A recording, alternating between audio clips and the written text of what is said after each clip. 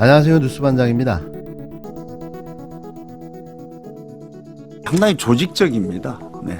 그러면 요즘에 이제 이른바 배후가 있다고 보시는 제가 거예요? 이렇게 쭉 모아놨는데 저는 있다고 봅니다. 이걸 명확하게 기획하고 예를 들어서 우리 원내대표 선거다. 그럼 누구를 찍어라. 이번에도 국회의장 선거가 있는데 누구를 찍어야 된다. 이런 식으로 하는데 기획이 상당히 있다고 네네 조직적입니다. 조직적이고 예. 주요한 정치적인 상황, 특히 당내에서의 어떤 정치적인 결정을 해야 되거나 이럴 때는 어김없이 그런 것들이 오고 있고요. 근데 그분들의 커뮤니티에서 누가 이야기를 하고 그럼 하자 이런 식으로 가는 경우 보통 아닙니까? 기획이 있고 이제 배우가 좌표를 찍는다는 말 아십니까? 예. 네, 그러니까 좌표를 찍는 이 과정들이 있어요. 있고 거기에서 이제 컨트롤 타워에서 아마 그런 것들을 좌표를 찍고 그러면 예를 들어서 요즘에는 이제 문자도 이렇게 무슨 그래픽으로 만들어서 하기도 하고 여러 가지 형태로 합니다. 네네네.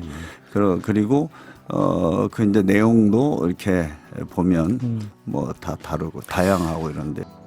이 믿을 수 없는 말은 8일 MBC 라디오 김종배의 시선집중에 출연한 이낙연파 홍영표 더불어민주당 의원의 발언입니다. 자신을 조직적으로 음해하려는 세력이 있고 자신이 좌표에 찍혔다는 건데요.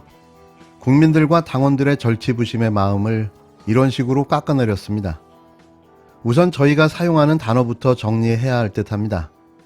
현재 민주당 내 계파를 구분하며 이재명 의원을 지지하는 의원들을 일컬어 친이재명계 또는 친명계라고 부르는데요. 적절하지는 않지만 틀린 표현은 아닙니다. 반대로 이낙연 전 대표를 중심으로 한 이낙연 지지 세력을 일컬어 친문재인계, 친문계라고 말하는데요. 이 점은 잘못돼도 한참 잘못됐기에 바로잡고자 합니다. 이들은 문재인 전 대통령 파리를 하며 현재의 자신들의 기득권을 지켜온 집단인데요. 그래서 친문계라는 표현은 적절해 보이지 않습니다. 이들은 현재 이낙연 전 대표를 중심으로 자신들의 기득권을 유지하고 이 전 대표를 구심점으로 차기 총선과 대선까지 자신들이 주도하며 권력을 쟁취하려 하는 세력들인데요. 그래서 전 이들을 이낙연파로 명명하고 싶습니다. 아직도 문재인 대통령 파리하는 꼴을 볼 수가 없습니다. 자신들이 무슨 친문재인계라는 건지 정말 알 수가 없는데요. 지금 퇴임하고 양산 사저에 내려가신 문 전 대통령이 매일 보수단체들의 욕설 시위를 견디고 있습니다. 자신들이 친문재인계라면 이 모습을 계속 보고만 있어야 하는 걸까요? 대체 손 놓고 앉아서 뭘 하고 있는 거죠? 그래서 더 이상 문재인 전 대통령 파리를 하지 말라는 이야기입니다. 이재명 의원의 어떤 개인의 정치인으로서 어떤 자기 판단과 또 출마하고 안 하고는 자기 본인이 결정하는 거죠. 그러나 저는 그래서 이제 이번 대선이나 지방선거의 평가가 중요하다는 게 그런 데서의 어떤 자기 책임을 어디까지 느끼느냐. 나는 아무 책임도 없고 말하자면 우리 당에서 원해서 내가 출마했다. 이건 거짓말이거든요. 네. 그런데 거짓말이라고 단정하시는 근거를 좀 단정합니다. 왜 그러냐면 반대하는 사람들이 있었거든. 반대를 했죠. 네. 선거 때라 그걸 외부로 표출만 못했습니다. 대표적으로 이제 우리 인천에서 우리 인천시당에 국회의원들이 한 10명 있는데 한 명 이제 송영길 의원은 서울로 가버렸으니까 이제 인천으로 이재명 후보가 와야 된다. 이걸 가지고 성명서를 내자 그러는데 4명만 했습니다. 나머지는 반대했죠. 안 된다 이거는. 그게 이제 하나의 사례고. 네. 제가 알기로는 당의 70, 80%는 반대한 걸로 저는 알고 있는데 당이 원해서 내가 나왔다. 이런 것들이 좀 저는 밝혀져야 된다고 봅니다. 제가 아는 한은 우리 당이 원해서 내가 희생하기 위해서 나왔다. 이거는 저는 그것이 거짓말이라고 생각하거든요. 홍 의원은 8일 이재명 의원의 인천 개항을 출마와 관련해 당의원에서 출마한다는 주장은 거짓말이라고 비판했습니다. 홍 의원은 이날 MBC 라디오 김종배의 시선집중에 출연한 자리에서 이 의원의 차기 당대표 출마와 관련한 질의응답 과정에서 이같이 말했는데요. 그는 이 대표가 당대표에 도전하면 안 된다는 입장이냐는 사회자의 질문에 이 의원의 어떤 개인의 정치인으로서 자기 판단과 또 출마하고 안 하고는 자기 본인이 결정할 것이라면서도 이번 대선이나 지방선거의 평가가 중요하다는 게 자기 책임을 어디까지 느끼느냐, 아무 책임도 없고 말하자면 우리 당에서 원해서 내가 출마했다는 것은 거짓말이라고 언급했습니다. 거짓말이라고 단언하는 이유가 무엇이냐는 질문에 그는 이 의원의 개항을 국회의원 보궐선거 출마에 반대하는 사람들이 있었다며 선거 때라 그걸 외부로 표출만 못했다고 밝혔는데요. 홍 의원은 우리 시당에 국회의원이 10명이 있는데 송영길 전 의원이 서울로 가버리니 서울시장 출마했으니 인천에 이 의원이 와야 한다는 성명을 내자고 했는데 4명만 했다며 나머지는 반대했다고 주장했습니다. 홍 의원은 이것은 하나의 사례이고 제가 알기로는 당의 70-80%는 반대한 것으로 알고 있는데 당이 원해서 내가 나왔다. 이런 것들을 밝혀져야 한다고 본다고 목소리를 높였습니다. 이어 제가 아는 한 우리 당이 원해서 내가 희생하기 위해 나왔다 이런 것은 거짓말이라고 생각한다고 말을 이어갔는데요. 의원님이 당 대표에 도전할 거라는 지금 전망이 나오고 있는데 어떤 말씀 주시겠습니까? 제가 지금 단계에서는 그 당의 어떤 혁신, 그러니까 성찰과 반성, 네. 쇄신과 혁신 이런 것을 위해서 내가 앞장서야 되겠다. 네. 이 생각에 집중하려고 합니다. 그러니까 자신도 당대표에 출마하겠다는 뜻인데요. 대체 그 공천권과 차기 대권을 왜 본인이 나서야 되는 걸까요? 아직도 한 줌도 안 되는 권력의 미련이 남았나요? 이게 이낙연 파들이 원하는 겁니까? 오늘로써 정체를 정확하게 드러낸 홍영표 의원. 결국 개혁의 대상이 되고 말았습니다. 자신의 정서적 안정을 위해 막무가내식 어거지 밀어붙이기로 진행된 대통령 직무실 용산 이전.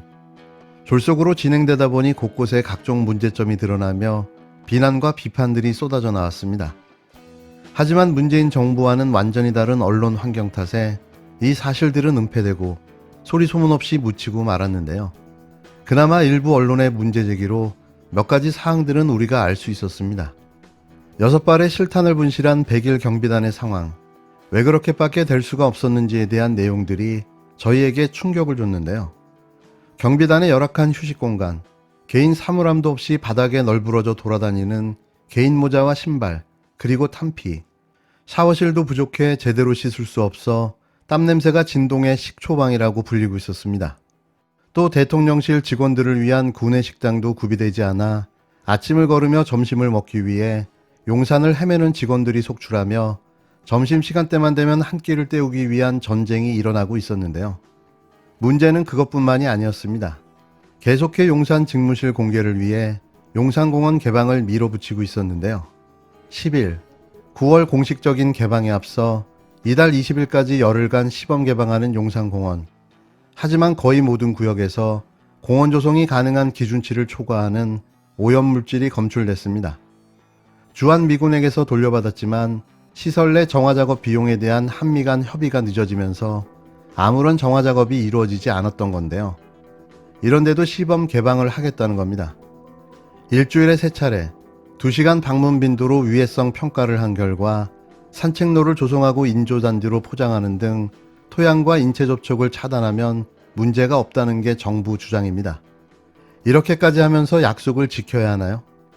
여기에 용산 대통령 직무실 리모델링 공사가 빠르게 마무리되며 이달 19일 공개하겠다고 대통령실은 밝혔는데요. 공식적인 대통령실은 2층입니다. 현재 사용하고 있는 5층은 윤 대통령 부인 김건희 씨의 대기실로 사용한다고 알려졌는데요. 거기서 뭘 대기하는지 알 수는 없습니다. 무려 6억 8천 2,008만 원이 소요된 2층의 대통령 직무실 리모델링. 그 크지 않은 공간에 무려 7억 원이 가까운 비용이 들어갔으니 얼마나 빚값번쩍할까요? 최고급으로 다 꾸미고도 남을 비용인데요. 그 화려함의 정도가 가늠이 안 됩니다. 서두가 너무 길었는데요. 제가 하고 싶은 이야기는 여기서부터입니다. 이 2층 대통령 직무실의 리모델링을 맡은 다누림 건설이라는 인테리어 회사가 좀 많이 이상합니다. 공개 입찰 방식도 아니고 수의계약 방식으로 진행된 대통령 직무실 인테리어 공사를 맡은 회사가 설립된 지 6개월도 안 된 신생 회사였습니다. 보통 이런 정부의 중요시설을 맡게 되는 회사는 그래도 대형 또는 중견 업체로 실제 인테리어 공사를 수주한 경험을 가지고 있어야 하는데요. 어떻게 이 중요한 공사를 그것도 신생업체가 수주했냐 하는 의구심이 생기는 거죠. 조달청 나라장터 등을 통해 확인한 결과 대통령실은 지난 7일 공사비 6억 8,208만 원 규모의 청산의 사무공간 환경개선 계약을 체결했는데요. 법인 등기부 등본을 살펴보면 설립일은 2021년 11월 12일로 되어 있습니다. 대표자는 김승혜, 직원수는 기술자 2명으로 확인되는데요. 시공능력 3억 7천만 원 업체가 6억 8천만 원 공사를 수주한 겁니다. 이 업체는 지난해 기준 시공능력 평가액은 3억 7,314만 원, 기술능력 평가액은 2억 5,314만 원인데요. 임직원 중 기술 자격을 갖춘 인원은 2명뿐이며 이 중 1명은 초급 기술자로 확인됐습니다. 전체 임원수는 공개되지 않았는데요. 주소지는 경기도 포천시로 되어 있지만 다음 지도를 통해 확인해 본 결과 주소지에는 그 규모를 의심케 하는 동네 인테리어 가게 수준의 업체가 등장하는데요. 이런 업체가 대통령 직무실을 인테리어할 수 있을까요? 2022년도에 그 흔한 인터넷 홍보 사이트조차 없습니다. 이 부분에 대해서는 대통령실의 해명이 필요해 보이는데요. 공개 입찰도 아니고 수의 계약으로 능력도 없는 업체에게 일을 몰아줬다? 전 아주 많이 이상합니다.